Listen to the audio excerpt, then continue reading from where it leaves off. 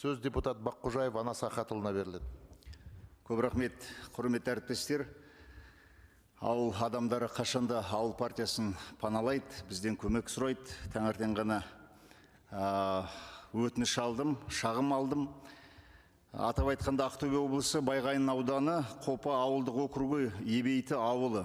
Ол жерде жас жігіт Іргебаев Есбол және оның әкесі Шонтыбаев Қанат өз қаражатына, несиеге емес, өз қаражатына 76 бас түйе, 220 бас қой сатып алады Маңғыстау облысына.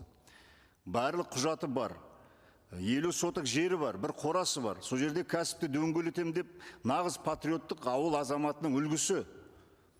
Бірақ жергілікті полиция келеді, сіз мына малыңызды ауылдың жанында тұрған жерге, ол ешқандай еш жоқ.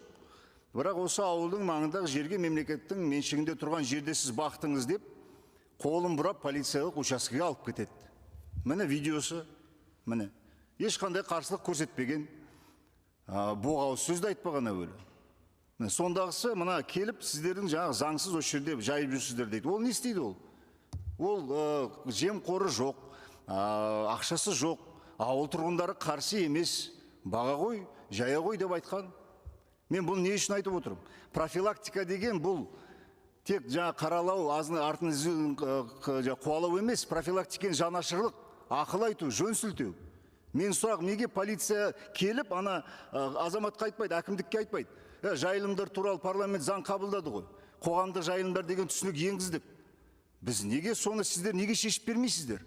Анау неге сорлап жүр ана әкесі мен баласы? Міне, профилактика деген осы менің түсінігімде, кешірім өтінемін.